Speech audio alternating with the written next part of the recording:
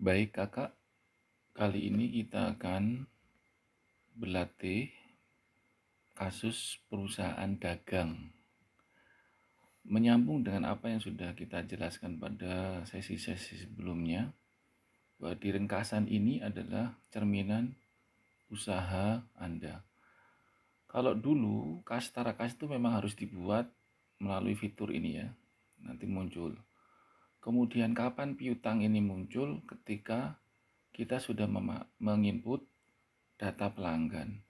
Kapan utang ini muncul? Ketika kita otomatis membuat data pemasok utang. Nah, di sini kalau kita perhatikan belum ada persediaan barang dagang. Kapan akan ada persediaan barang dagang? Manakala kita sudah menginput barang dagang di sini, fitur barang dagang di sini. Nah, kita mulai kali ini bagaimana cara menginput persediaan barang dagang. Kita klik fitur persediaan barang dagang. Di sini masih kosong.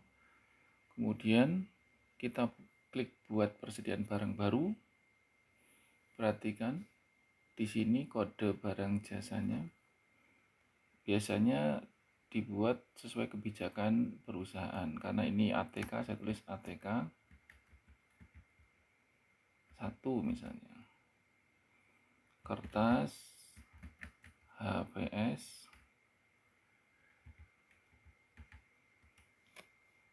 itu A4, F4 ya misalnya F4 70 gram. Nama satuannya pak karena saya jual per pak. Kemudian jumlah yang diinginkan kita abaikan. Ini udah otomatis dari. Jadi kalau kita klik di sini nanti kita tahu oh masuknya ke penjualan barang dagang. Tidak usah diotak-atik. Juga ini sama masuk ke harga pokok persediaan. Jadi otomatis sistem nanti akan membuatkan. Nah, kemudian isi otomatis skripsi baris juga nanti tidak perlu. Kalau misalnya pun diisi nanti ada muncul kata template-nya, tapi ini tidak perlu. Nah, isi otomatis pembelian ini sesuai dengan harga beli, tidak perlu kita isi di sini ya. Yang mungkin perlu diisi adalah harga jualnya. Harga jualnya. Kecuali kalau ini nanti menginput barang secara massal, ini perlu ya. Yang saat ini kita contohkan adalah yang isi otomatis penjualan. Biar langsung muncul di nota ketika kita jual. Contohnya di sini harga kertas HVS misalnya biasanya kita beli 40 ribuan. Maka kita tulis harga jualnya 50 ribu. Kemudian ini diabaikan. Choose file itu kalau kita mau menampilkan gambar kertas HVS-nya ya. Saat ini tidak perlu, kita klik buat. Muncul ini kode barang ATK 1, nama barang ini, nama satuannya Pak. Kemudian default size unit price-nya diaktifkan. Ya, ini harganya 50 ribu. Sudah satu barang kita buat ini. Kita klik ringkasan yang tadinya nggak ada persediaan barang dagang, ini ada sekarang muncul persediaan di tangan. Tadinya kan nggak ada. Artinya ini dari sistem sudah menyiapkan. Nah, kalau sudah barang dagangnya kita catat, kita buat persediaan barang ini sudah ada HVS. Sekarang kita ilustrasikan. Pertama kita harus beli secara tunai saja. Kalau beli secara kredit kan faktur, kalau tunai berarti pembayaran. Kita klik pembayaran, buat pembayaran baru, tanggalnya sekarang, referensinya otomatis, akun pembayarannya dari mana, dari kas misalnya. Kemudian pemasoknya siapa, katakanlah CV Multi Usaha. Pilihan deskripsinya beli kertas HVS untuk dijual. Ini otomatis nanti akan muncul nih Kalau nanti inputannya banyak ya munculnya banyak. Kemudian kita kasih kolom kuantitas, kita aktifkan. Kemudian harga satuan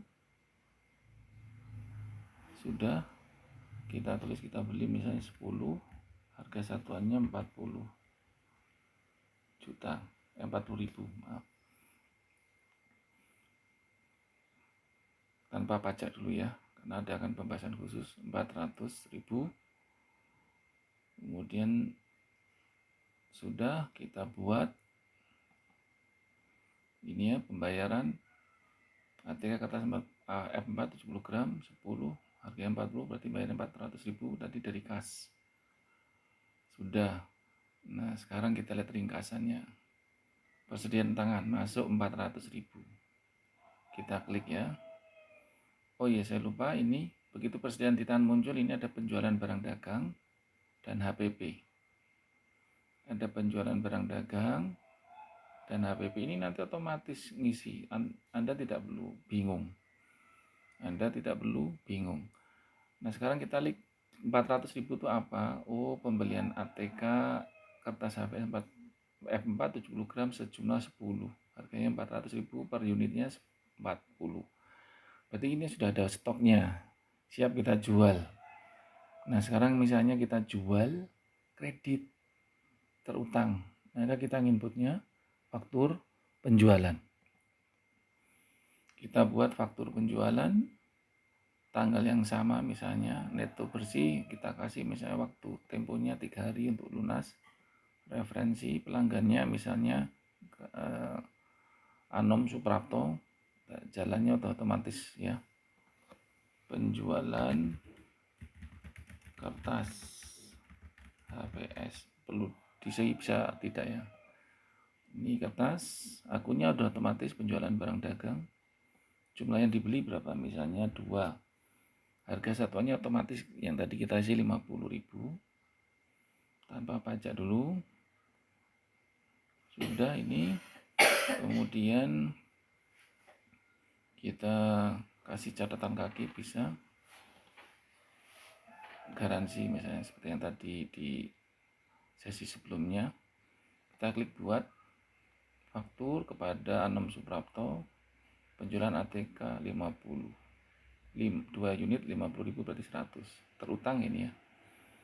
Nah, sekarang perhatikan di ringkasan 1 yang tadinya 400 menjadi berkurang 320. Kenapa? Karena berkurang 80.000, 2 kertas. Kemudian di penjualan barang 100.000. Kenapa 100.000? Karena kita jualnya 50 per unit, 50.000 per unit, jadi 100.000. Di HPP itu tetap 80.000. Kenapa? Karena kulaannya memang 40.000 per unit, sehingga totalnya labanya kalau satu persatu ya cuma ini dapat 20.000. Begitu. Kiranya untuk contoh penjualan saat ini cukup. Semoga dipahami. Terima kasih.